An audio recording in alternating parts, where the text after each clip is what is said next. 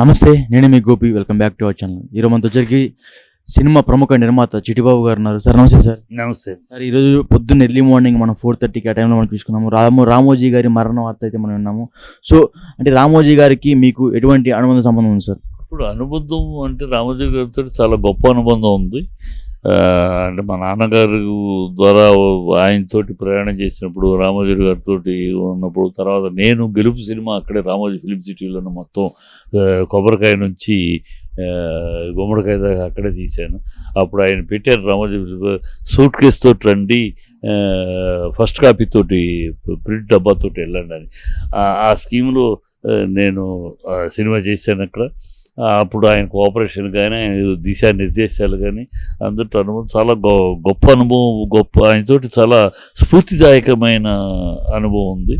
మా నాన్నగారితో ఆయన చాణక్య అవ్వచ్చు, పంచతంత్ర అవ్వచ్చు, ఇలాంటివన్నీ రాయించారు. తర్వాత నాన్నగారితోటి మహాభారతం హాలీవుడ్లో తీయాలని ఒక మహాభారత స్క్రిప్ట్ని ఇంగ్లీష్లో నాన్నగారితో ఇంగ్లీష్లో ఆ స్క్రిప్ట్ రాయించారు.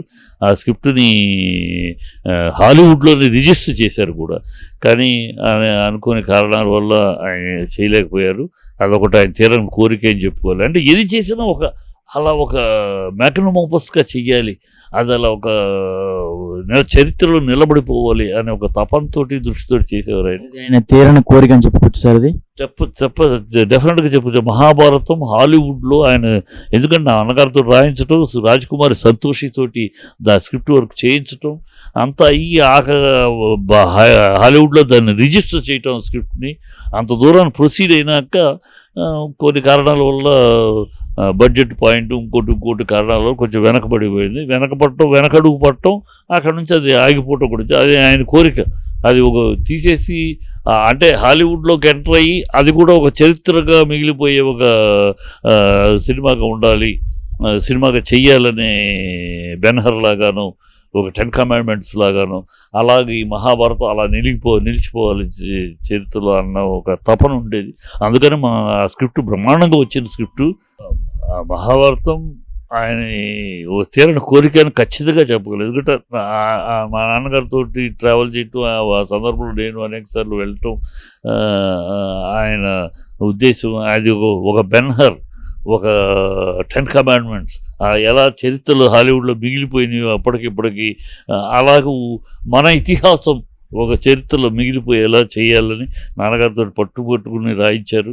నాన్నగారు ఇంగ్లీష్లోనే ఆ స్క్రిప్ట్ రాశారు. అది అక్కడే రిజిస్ట్రేషన్ కూడా అయ్యింది. ఇప్పటికే హాలీవుడ్లో రిజిస్టర్ అయ్యి ఉంది. అది చేయాలని తపన పడ్డారు, కానీ కారణాలు అవ్వలేదు. కానీ బట్ ఇంకోటి దాంతోపాటు నాన్నగారితో ఇంకోటి కూడా రాయించారు ఆయన.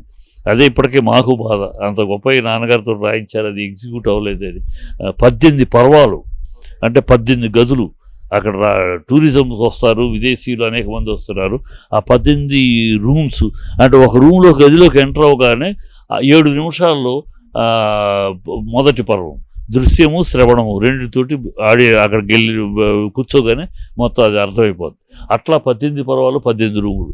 అది ఒక విశేషంగా స్పెషల్ దీనిగా తయారు, అది నాన్నగారితో రాయించారు, బ్రహ్మాండంగా వచ్చింది.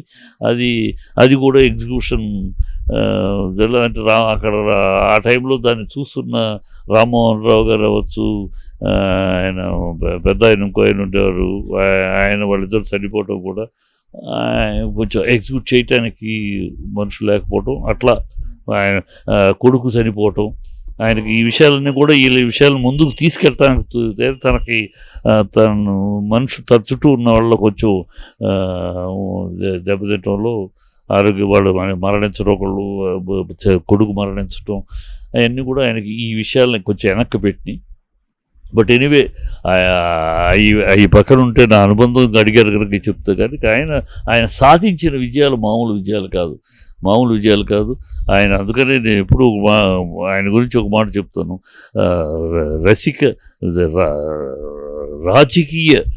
రాజకీయ బాసులకు లాస్యం, ధనిక స్వాముల దాస్యం, పత్రికా రంగం అలా చేస్తున్న క్షణంలో ఆ పత్రికా అక్షరాలు రెక్కలు రాలి తల్లడిల్లి అల్లాడుతున్న సమయంలో నేనున్నానంటూ అక్షరాన్ని ఆయుధంగా ఇచ్చాడు ఆయన పత్రికా రంగానికి. అందుకని ఈ పత్రికా రంగం రామోజీరావు గారికి ముందు, రామోజీరావు తర్వాత నిర్వహించు. ఎందుకంటే పత్రికా రంగం ఆయనకు ముందు ఒక గొప్ప పత్రికలు లేరని కాదు, కానీ ఒక అధికార యంత్రాంగానికి, ఒక రాజకీయ దీనికి ఒక వెనకడుగు వేసేవారు. వాళ్ళ ఆధిపత్యం, వాళ్ళ అరాచకత్వం, వాళ్ళ సాగేది. ఈయన నిలబడి మీరు ఎవరైనా, మీరు ఎంత అధికారంలో ఉన్నా, మీరు ఎంత రౌడీజంలో ఉన్నా, మీరు ఎంత రాజకీయ దీంట్లో ఉన్నా, మిమ్మల్ని నిలబెడతా, ప్రజల ముందు దోషిగా నిలబడి తప్పు చేస్తే మీకు లొంగేది లేదు, మీకు కానీ నిలబడి పోరాడాడు.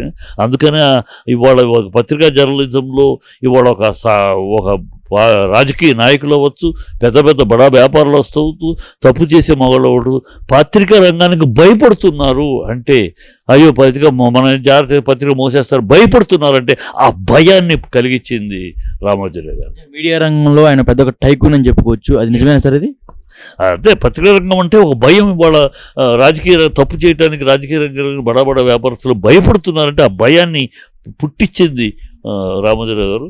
ఆయన సాధించాడు. అలా నిర్దిష్టంగా ఎవరికీ లొంగలేదు, ఎవరికి భయపడలేదు. కమ్ వాట్ మే అన్నట్టు తన లక్ష్యానికి కట్టుబడి పోరాడాడు. అందుకనే ఆనాడు రామోజీరావు గారు 76లో ఈనాడు పెడితే, వైజాగ్ సమీపంలో ఈనాడులో పెడితే, అది ఒక 4 ఏళ్లలోనే ఇంటి ప్రతి గుమ్మానికి ముద్దాడే పేపర్ అయిపోయింది. సో అట్లాగూ ఒక సినిమా తీస్తే సినిమా కేవలం ఎంటర్టైన్మెంట్ కాదు, కేవలం ఎంటర్టైన్మెంట్ మాత్రమే కాదు, దాంట్లో సామాజిక స్పృహ కూడా ఉండాలని ఒక మౌన పోరాటం అవ్వచ్చు, ఒక ప్రతిఘటన అవ్వచ్చు, ఒక మయూరి అవ్వచ్చు. ఇట్లా తీసిన సినిమాల్లో కూడా ఒక నిర్దిష్టమైన, కేవలం డబ్బు వస్తుంది, డబ్బు వస్తుంది, కానీ మనం దాంట్లో ప్రయోజనం కూడా చూపించాలి. ఎంటర్టైన్మెంటే కాదు, సమాజానికి ఇది ప్రయోజనం కూడా చూపించాలనే అంశాలతోటి సినిమాలు తీయటం, అలాంటి అంశాలని ఎంకరేజ్ చేయటం మామూలు విషయం కాదు. అలాగే ఆ స్టేజ్లో ఆ రోజుల్లో ఈనాడు అవార్డు సినిమా అవార్డు వచ్చిందంటే అదొక ప్రెస్టేజ్గా ఫీల్ అయ్యేవారు, ఒక ఆస్కార్ అవార్డు వచ్చినంత ఫీల్ అయ్యేవారు. ఎందుకంటే ఆ అవార్డుకి అంత నిర్దిష్టమైన విలువ ఉండేది. పెద్ద హీరో చిన్న ఉన్న స్టేజ్లో కలర్ఫుల్గా నింపటం అనే కోసం కాదు, విజ్ఞానాన్ని, విద్వత్తుని నింపడానికి ప్రయత్నించేవారు ఆయన. అందుకనే చిన్న పెద్ద విషయం, అంశం బట్టి అవార్డు, అంశాన్ని బట్టి అవార్డు, వ్యక్తులను బట్టి కాదు. అందువల్ల అవార్డు అంటే అంత విలువ ఉండేది. గ్రేట్ మ్యాన్ అది పచ్చళ్ళు పెట్టినా, అది కూరగాయలు పెట్టినా, అది అన్నదాత పెట్టినా, అది టీవీ పెట్టినా, పేపర్ పెట్టినా, అరే ఈ మార్గదర్శి చిట్ ఫండ్స్ పెట్టారు, 64లో చిట్ ఫండ్స్ పెట్టారు. అప్పటి నుంచి ప్రయాణం మొదలైంది. ఏది చేసినా ఒక నిర్దిష్టంగా, ఒక పకడ్బందీగా, ఒక గీత గీసి ఆ గీతలో ఇది అదే కోణంలో ఆ క్రమశిక్షణతోటి, ఆ దీక్షతోటి ప్రయాణం చేశాడు. అందుకని అన్ని విజయాలు సాధించగలిగాడు. ఇన్ని విజయాలు ఒక వ్యక్తి సాధించగలగడం మామూలు విషయం కాదు. అది ఎంతో క్రమశిక్షణ, ఎంతో కఠోర దీక్ష, ఎంతో పట్టుదల ఉంటే కానీ చేయలేరు. ఒక మామూలు కుటుంబం నుంచి వచ్చి ఇంత ఎత్తుకు ఎదిగి నిరంతర విశ్రమించని మనిషి. ఆఖరి రోజుల్లో కూడా ఆయన ఎప్పుడు కూడా ఓకే అయిపోయింది, సాధించాం కదా, ఇంకా రిలాక్స్ అవ్వాలి, ఇంకేదో చేయాలని తపన పడుతూనే ఉండేవాడు ఆయనకు. అందుకనే ఆయన ఏదో కోరిక తీరిపోయింది అనటానికి లేదు. ఆయన ఇన్ని సాధించినా సరే ఆయన మీద చాలా కేసులు పెట్టినా సరే ఒక్కసారి కూడా ఆయన కోర్టు మెట్లు ఎక్కలేదంట, నిజమేనా సార్? ఇది మెట్లు ఎక్కలేదు. ఆయన తరఫున లాయర్లు ఉంటారు, మెట్లు ఎక్కాల్సిన అవసరం ఏముంది? ఒక లాయర్లు వెళ్తారు, చేస్తారు. ఆయన కేసులు అనేది అందుకే చెప్తున్నాను, ఆయన మీద ఒక వ్యక్తి ఇంత స్థాయికి ఎదుగుతున్నప్పుడు ఆటోమేటిక్గా ఉంటారు, విరోధులు ఉంటారు, శక్తులు ఉంటారు లాగడానికి. అది మామూలే. అది ఆయన ఫేస్ చేశాడు. ఎట్లకి వెరవలా, భయపడలా, దమ్ముగా ఫేస్ చేశాడు. అందుకని ఆయన్ని విభేదించిన శత్రువులు కూడా మళ్ళీ ఆయనతోటి స్నేహానికి, ఆయనతోటి చేయి కలపడానికి వచ్చారు తప్పితే ఈయన వెళ్ళలా. ఏనాడు కూడా ఈయన ఒకళ్ళని మీరు తప్పు అని చెప్పిన తర్వాత ఆ తప్పు ఉన్న వ్యక్తి మళ్ళీ అలా కోపం వచ్చిందని కాంప్రమైజ్ ఎప్పుడు కదా, తప్పే ఆనాటికి ఈనాటికి నువ్వు చేసిన తప్పని చెప్పేవి వ్యక్తిగానే ఉన్నాడు ఆయన. ఎమర్జెన్సీని తప్పు అని చెప్పిన ఆయన ఆఖరి రోజుల్లో కూడా ఎమర్జెన్సీ టాపిక్ వస్తే తప్పు, ఘోరమైన తప్పిదమని చెప్పాడు. అంతేకాని అయిపోయింది కదా ఇవాళ ఎందుకు అని అనలా. ఆయన ఒక మాట కట్టుబడి ఉండేవాడు. అలాంటి వ్యక్తిత్వం చాలా అరుదు. ఇవాళ అలాంటి వ్యక్తిత్వం ఉన్న ఒక వ్యక్తి, ఒక చరిత్ర, వాళ్ళ చరిత్ర అనొచ్చు, ఒక చరిత్రకి మరణం అనొచ్చు. ఇలాంటి వాళ్ళని ఇండస్ట్రీకి చాలా మందిని పరిచయం చేశారు. అలాంటి వాళ్ళు కూడా ఇప్పుడు ఆయనకి కొంచెం దూరంగా ఉన్నారు. అది ఎట్లా భావించవచ్చు మీరు? దూరం అంటే దూరంగా ఉంటుంటే ఆయన ఎప్పుడు అందరితోటి ఉండదమ్మా, రెస్ట్రిక్షన్. ఆయన అందరు మాట్లాడే ఎవరితో కలవాలన్నా, ఎవరిన అపాయింట్మెంట్ అయినా ఓ రెస్ట్రిక్షన్ తోటి ఉంటుంది. అవసరమైన విషయం తప్పితే పిచ్చాపాటి మాటలు ఎప్పుడు ఉండవు ఆయన దగ్గర. ఎవరు కూడా నాకు తెలిసి ఆయనతోటి పిచ్చాపాటిగా మాట్లాడిన సందర్భాలు ఉండవు.